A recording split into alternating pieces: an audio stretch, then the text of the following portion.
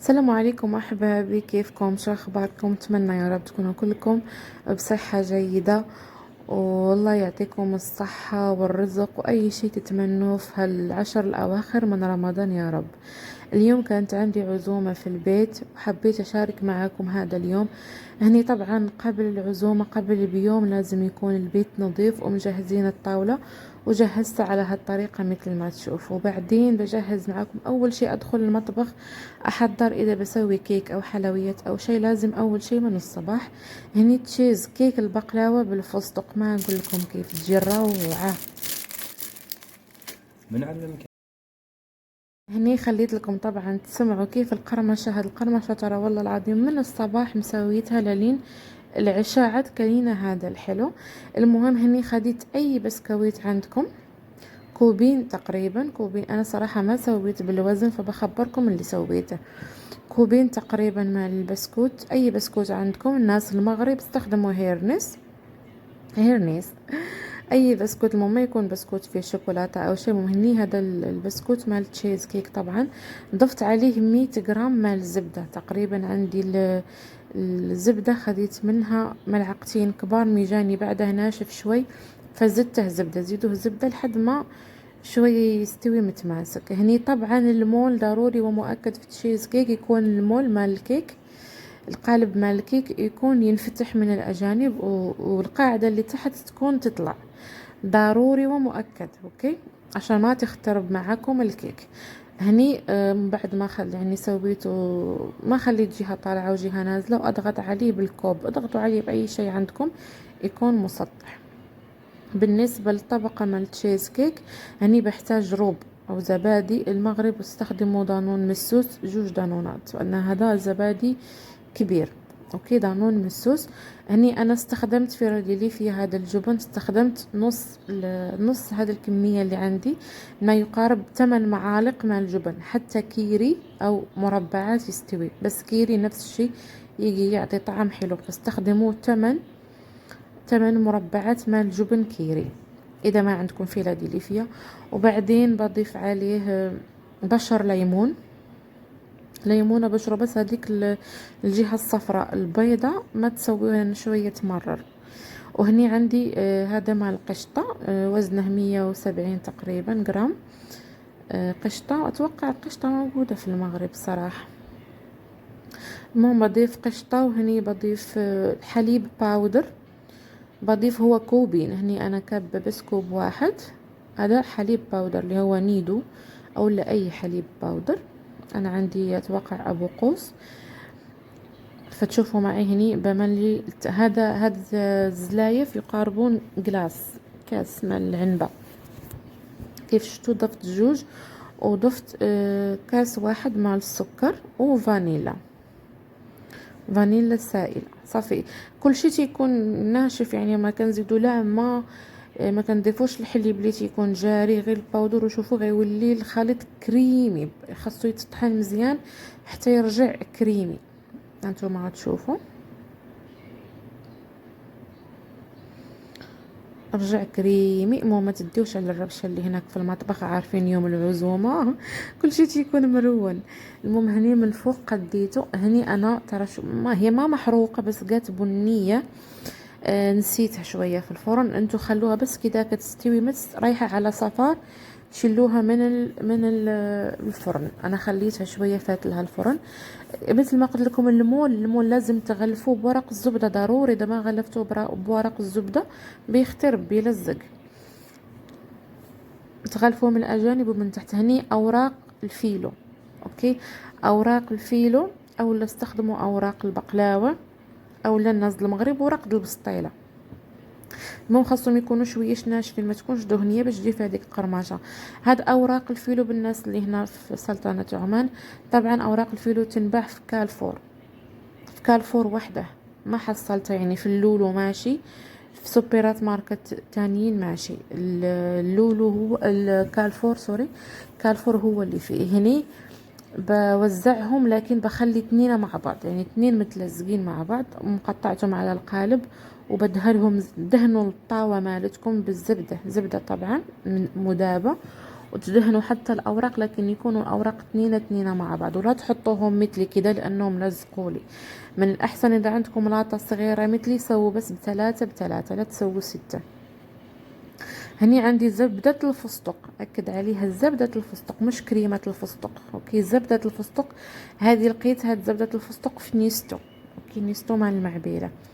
سويته في الميكروويف وذوبته وسويته في الغرشة خديتها من هدايا العين أو أي هدايا جانبكم، بس ب200 بيسة 300 بيسة هالغرشة، يكونوا مع الأشياء اللي يكونوا مع الشعر، يسوي فيها زيوت وكده حال الشعر.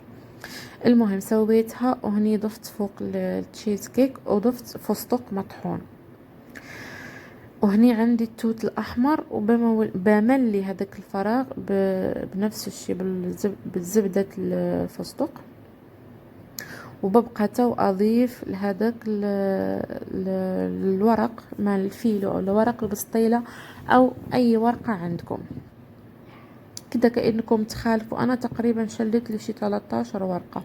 هذيك ورقة الفيلو ترى دقيقكم بالضبط واحدة، بيبقى منها شوي لكن يكون متقطع. او انتو هذيك الورقة الفيلو تكون طويلة، كسفوها على 2 وعاد قطعوها. هني خلصنا الكيك مالنا. هني بشارك معاكم بعد هذا البريوات او السمبوسة مال السمك بالشعرية الصينية، تجي واجد لذيذة، اتمنى انكم تجربوها صراحة. هني عندي الزيتون متقطع ومعه شوية يعني قطعة واحدة مع المخلل، مع خيار مخلل. هني عندي روبيان المتجمد، روبيان اللي يكون صغير، وهني عندي روبيان طازج كبير. الروبيان لازم تنقوا حتى من الظهر يكون فيه واحد السنسول او واحد الخيط لونه اسود يمرر الاكل.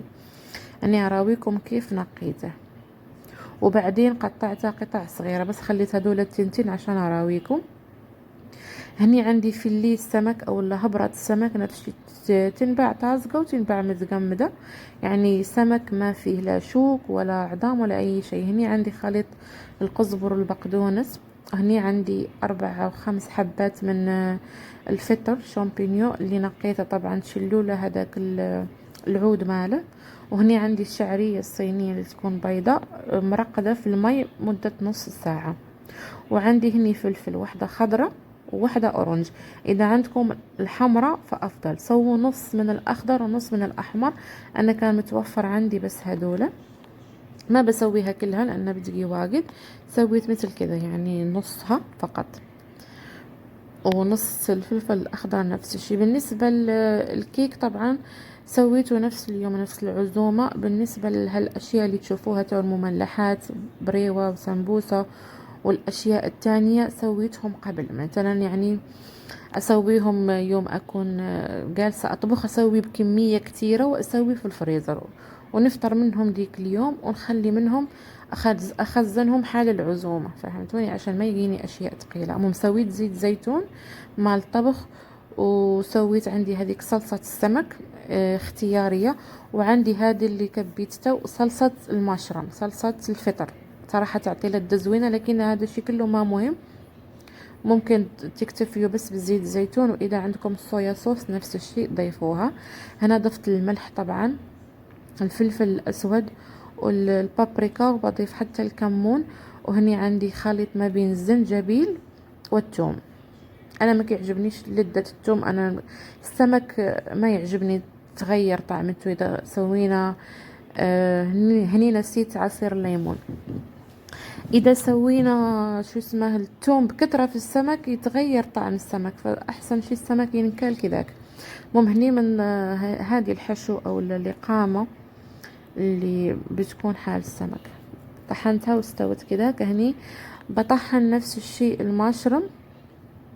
انتوا ممكن انا كل حاجة وحدها فرمتها وحدها، انتوا ممكن تفرموا المشروم مع الزيتون مرة واحدة. انا خليت كل حاجة وحدها، هو في اخر شيء كل شيء بيختلط، لكن بتبقى كل حاجة واحدة، يعني اذا طحناهم مع بعض بيستوي فيهم لذة واحدة، فهمتوا؟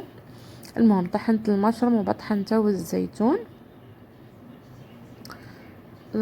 طحنته او فرمته مثل بعض. المهم هني خديت 2 مقلتين وضفت عليهم زيت زيتون الطبخ. اوكي، زيت زيتون المغربي طبعا، هذاك مال الاكل ما يستوي نطبخ به لانه يسوي دخان. المهم هذا طبخي كلياته بيكون بزيت زيتون او بالسمن العماني. الزيت العادي دوار الشمس ما اطبخ به، ما عدا اقلي به يعني بحال القلي. ايوه، هني سويت شويه هذيك الخلطه مال البهارات والفلفل، وضفت هني الروبيان اللي طازج طبعا.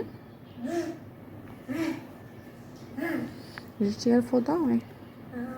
وبعدين ضفت عليه الروبيان الصغير اللي يكون مثلج وبس. وهناك بضيف الفيلي مع السمك او هبرة السمك. هني الطباخة او النار او البوطة خاص تكون عالية، لان السمك يسوي ماي، يطلق المية مالته، فمن الاحسن تعلو النار عشان ما يسوي ماي. مو مسويت نفس الشي الخلطة مال البهارات والفلفل فوق السمك. المهم هالبريوة ولا هالسمبوسة والله جات لذيذة جدا. وخلاص هني خلاص صار استوى معاي. هني بضيف شو اسمه يا رب، الفطر الماشرم. ضفت نفس الشي شوية زيت زيتون، وضفت في هالجهة الماشرم شوية يتشوح لي. بضيف عليه فقط ملح وفلفل أسود.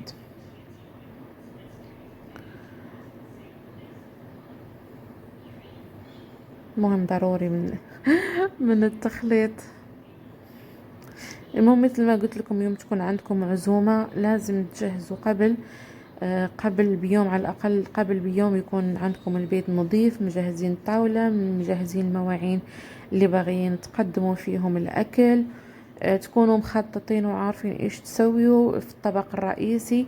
انا سويت الطبق الرئيسي من الفيديو بيجي طويل واجد، اللي هو ما حطيناه في الفطور، حطيناه في العشاء، فبخليه ان شاء الله ورا هالفيديو. بحط لكم طريقة الرز، بحط لكم اياها ان شاء الله ورا هالفيديو. هني قطعت هذيك الشعرية الصينية وصفيتها من الماء، وضفتها على هذاك الروبيان وبخلطهم زين.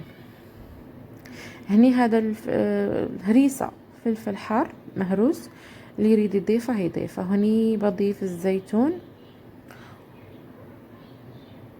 وبضيف هذاك المشروم نفس الشي، وبخلط كل شيء. وهذاك الفيليه السمك ما تصور لي المقطع، خليته لحد ما برد، وبعدين قطعته كده بس بايدي، فرتته شوي بايدي الفيليه مال السمك، وخليته مع هذا الحشوة، يعني غطيته لين ما يبرد، كان بعدها ساخن. ونفس الشيء اي حشوة باغيين تملوا بيها اوراق البسطيلة ولا اوراق السمبوسة، لازم تكون الحشوة باردة. فاول شيء لازم الحشوة تخلوها تبرد، عاد تجلسوا تحشوها. خلاص هني طلعت الورقة ضروري، ترى هني احنا تنباع عندنا متقطعة وجاهزة حل البريوات، ضروري تغطيوها بشيء عشان ما تيبس معاكم. وهني اصلا الورقة يابسة ناشفة ما فيها زيت، ما مثل ما المغرب فيها زيت. هني ضروري انا بدهنها اول شيء بالزيت. وهني عندي بياض البيض هو اللي بسكر به السمبوسة او البريوة. مينتو عادي تسكروها بالدقيق، بالخلطة مال العجين، الدقيق والماء عادي. هني كان انا عندي بياض البيض، فقلت يلا هذا موجود عندي بسوي بياض البيض. واحسن بيني وبينكم بياض البيض، لان العجين هذاك الطحين والماء يوسخ، بس والله العظيم يوسخ الدنيا كلها. خلاص طبعا اتوقع الكل يعرف يكثف البريوات او السمبوس. انا ما محترفة فيها واجد، لكنها مسلكة نفسي فيها. وخلاص بسكرها من الجوانب. وهني ما شاء الله هالحشوة اللي تشوفوها، يعني طلعت لي تقريبا 60 حبة مال سمبوسة، يعني طلع لي فيها الخير والبركة. يعني احنا كنا مثل ما قلت لكم، هذا السمبوسة كان يمكن من اول رمضان سويتهم، فطرنا بهم. وبالمرة قلت يلا دام جاني كتير بخزنها في الفريزر. انا ضد التخزين لكن مش فترة طويلة. وبعدين من قليتهم طلعوا كأني ديك الساعة مسويتهم، يعني ما جا فيهم اي مشكلة. وسويت بعد ديك الرولات مع البطاطا. من البطاطا شاركتها معكم في الفيديو السابق اللي مع الشوربة. هي اللي سويت نفس الشي. هني عندي الكنافة نفس الشي سويتها في الخلاط، ولحد ما تقطعت كده، صارت متقطع، خلطتها في الخلاط لحد ما صارت صغيرة متفتتة. وبعدين دهنت السمبوسة او البريوة مالي بيضة كاملة، طربتها، سويت معها شوية حليب، شوية بس نقطة عشان زفار البيض، وسويتها كده وبلبسها الكنافة المهروسة. ومسويت تقريبا نص بالكنافة، والنص التالي خليته عادي مثل ما شفتوا في الصورة، هي نفس الحشوة، خليته عادي بدون الكنافة. عاد التزيين اختياري من هذه الكنافة، صراحة عطتها قرمشة حلوة بعد، يعني من تعدوها تحسوا بقرمشة حلوة. شوفوا ما شاء الله طلع لي واجد. صار لي ساعات وانا الف، مو خليت هذاك كذاك وهذاك كذاك. واوريكم الاكياس اللي اخزن فيهم في الثلاجة، هم هدول يحافظوا الصراحة على الاكل وما ياخذوا مساحة واجد في الفريزر. اتمنى انكم تجربوها. الحين بشارك معاكم رولات بالكفتة والخضار. هني عندي لحم مفروم من نص كيلو، 500 جرام ديال الكفتة، وعندي بصل اللي تكون بصل يعني مفرومة جدا او محكوكة، وطبعا في مقلاة سخناها وضفت زيت زيتون مع زيت زيتون مع الطبخ، وبخلي البصل لين ما يدبل معاي. بعد هالرول يجي لذيذ، ولو بيكون فيه في عندي كوسة او الكورجيت او القريعة صغيرة وحدة، وعندي جوج جزرات صغار، جوج خيزوات، ما ابدا ما جتش، ما يعني ما يعطوا لذة مع الكفتة، يعني ما تحسوا انه خضار. والشيء طبعا يكون مفيد، عاد عن القلي ما مفيد، لكن ضروري في رمضان القلي. وبعدين ضفت عليهم 500 جرام مال الكفتة. هني كانت بعد شوية ماسكة هذا البرودة بعدها متجمدة شوية. المهم هني عندي هذه تتبيلة ماجي كده تكون، هذه ما ضرورية، ما تعطي لذة حلوة، اللي متوفرة عنده يسويها. هني بستخدم طبعا الملح، فلفل اسود، زنجبيل، البابريكا. هني انا القزبرة حبة ومطحونة، صراحة تعطي لذة حلوة، انا اسويها في الطبخ كامل. وبسوي توم باودر شوية، والبابريكا، وشوية كركم. وهنيك الكمون ما سويته، الكمون بسويه اخر شيء يوم ابغى ابند على الحشوة، لان الكمون اذا سويتوه من الاول بيعطي مرورة مع الطبخ. هني عندي البابريكا المدخنة، يعني بابريكا مدخنة تعطي كأنها لذة شوي شوي. وسويت البقدونس شوي، وبعدين ضفت الكمون مثل ما تشوفوا، وبعدين ضفت الزيتون مقطع، طبعا اختياري يجي حلو. وخلاص بس حركة كده بسيطة وبندوا عليها نفس الشي النار.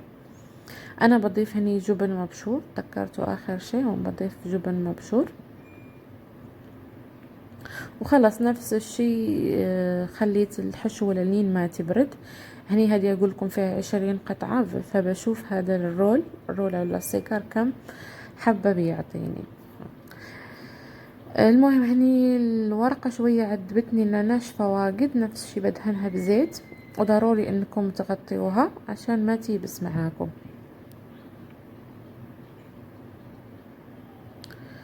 المهم كل شي موضح قدامكم، حاولت اصور لكم كل شي بوضوح. المهم هني بدهنها كاملة بالزيت. وهذاك عندي خلطة مال الدقيق والماء مال العجين.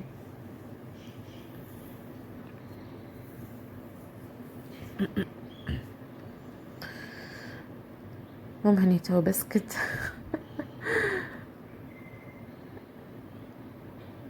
هني لازم هدولك الاجانب يكونوا متساويات، شفتوا في الاول قوني ما متساويات، وفتحتها وخلاص وبسكرها بالدقيق. نفس الشيء اتوقع جاتني يمكن 20 حبة بالضبط، اتوقع ايوه. المهم ولا اقل ما اعرف صراحة.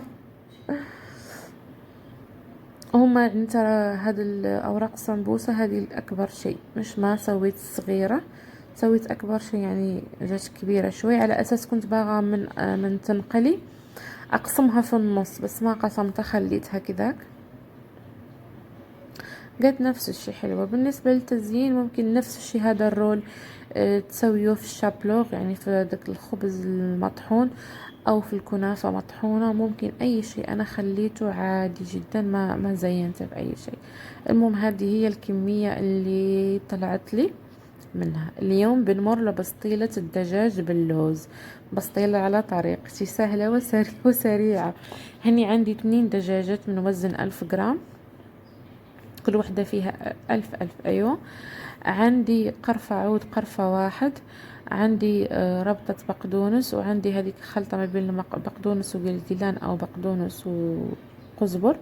عندي زيت زيتون طبعا، المسكة الحرة، الزعفران. وطبعا في البهارات الملح بقول لكم بعدين. هني ترى انا ما شغلت النار على الطنجرة مالتي، خليتها مبندة.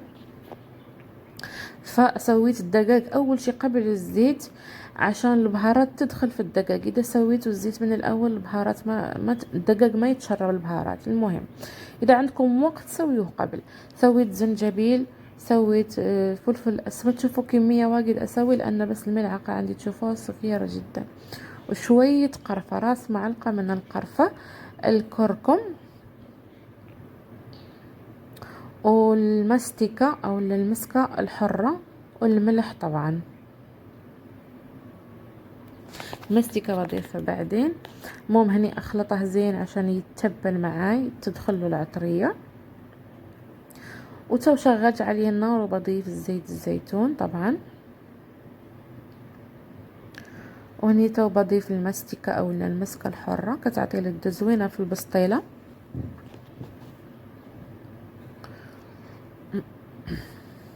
وبضيف الزعفران، وبعدين بضيف البصل يكون مفروم زين، ويكون البصل بكمية.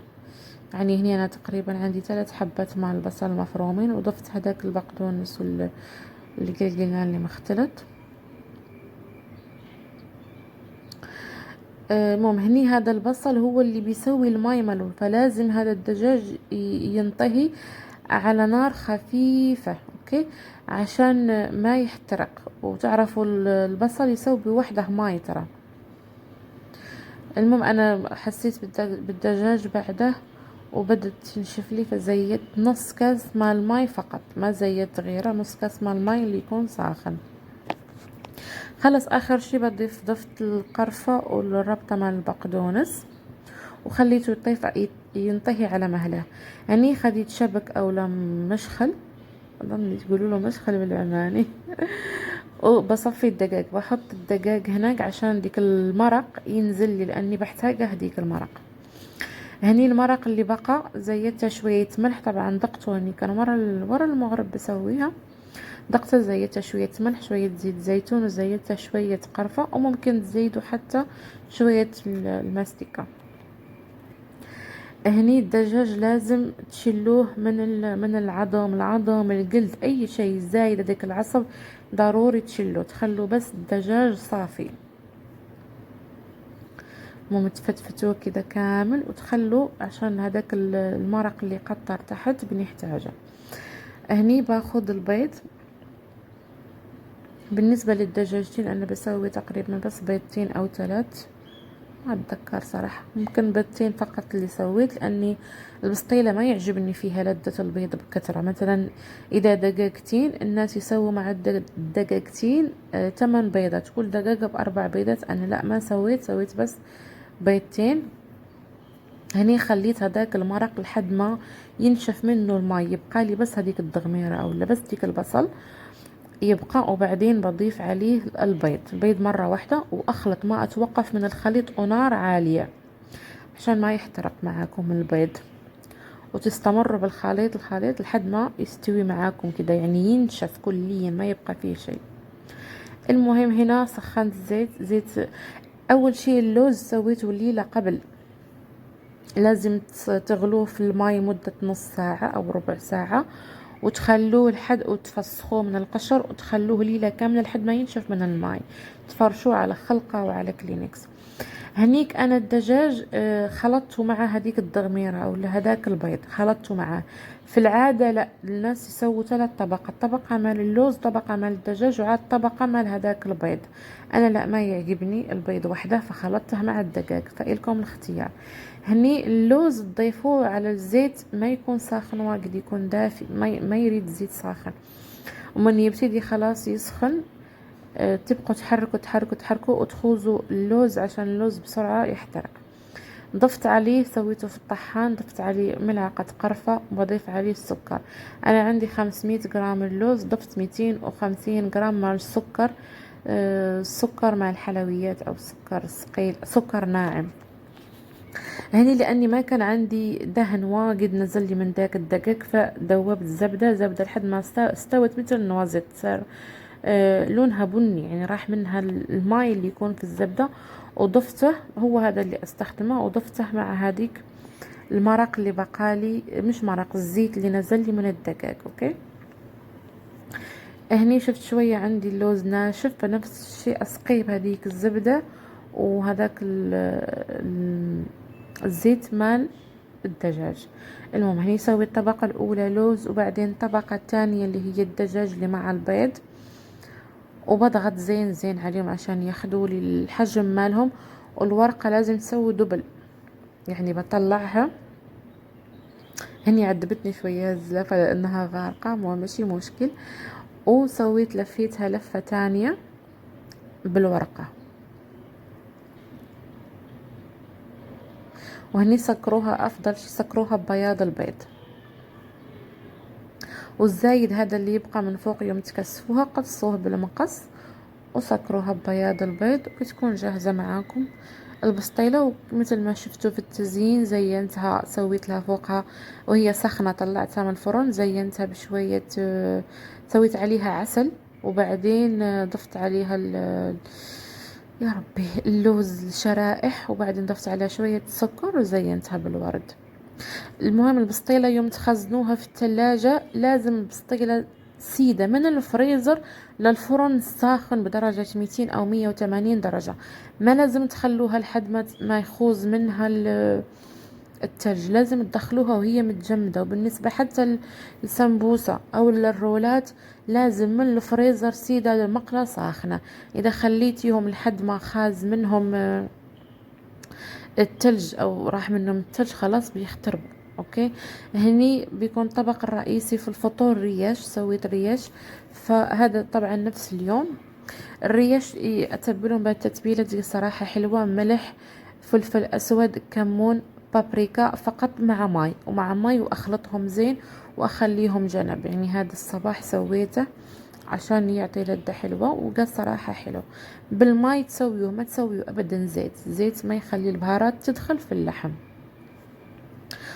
وبس هذا كان فطورنا، وشاركته معاكم. بالنسبة للوجبة الرئيسية بخليها ان شاء الله وراها الفيديو. هني طاولتي مثل ما قلت لكم جهزتها قبل، هني الفواكه. هذا شوفوا الطبق ما شاء الله مال الريش، سويت معه شرايح طماطم وبصل، شوحتهم بس في المقلة. وهذه البطاطا شاركتها معاكم من قبل، نفس الشي سويت كمية وحطيتها في الفريزر، والله ابدا ما تغيرت لذتها ابدا، كنت خايفة عشان اللذة تتغير. وخلاص احبابي، هذا كان يومي معاكم اليوم، شاركته معاكم بكل التفاصيل. سويت شوربة السمك راه مشاركتها معاكم من زمان واجد مرات. الشوربة سمك تجي لذيذة جدا. هني هالسلطة مال زوجي يسوي سلطة مال الاعشاب، هذا القرقير وكذا مع ربيان. وخلاص كان هذا يومنا. اتمنى تخلوا لي لايك وتعاليقكم الحلوة، وتجربوا الوصفات اللي سويت او هذا التشيز كيك اللي سويت، وتخلوا لي في التعاليق، وتشاركوا احبابكم واصحابكم قناتي عشان العيلة مالتنا تزيد تكبر ونفيد بعضنا ان شاء الله. ليش لا؟ يعني انتم ما تخسروا شيء اذا سويتوا لي لايك وتعليق وتشاركوا قناتي مع اصحابكم واحبابكم. ترى شوفوا الحين سويت لكم، امس كانت العزومة واليوم بحط لكم الفيديو. سويت له مونتاج، تخيلوا كانت فيه تقريبا ساعتين، والله العظيم ساعتين كانت فيه الفيديو، وانا خليته 30 دقيقة. شوفوا يعني اسرع، امسح، اضيف هادي، اشيل هادي. والتصوير ترى يوم ما اكون اطبخ يكون تصوير متلخبط. في المونتاج عاد اجلس اني في المطبخ تكون ايدي هنا وايدي هنا وايدي هنا، كل شيء اسويه مع بعض. لكن في المونتاج احاول اخلي لكم كل وصفة وحدها عشان ما تتلخبطوا معي. المهم حبايبي، لايكاتكم، واتمنى لكم صوم مقبول وافطار شهي يا رب. ويا رب ترحمنا وتغفر لنا في هذه العواشر الأخيرة، واللي كيتمنى شي حاجة يا رب تحققها له وتعطيها له، ويا رب ترحم موتانا الأجمعين. خليت لكم راحة الله، ومع السلامة في فيديو قادم إن شاء الله.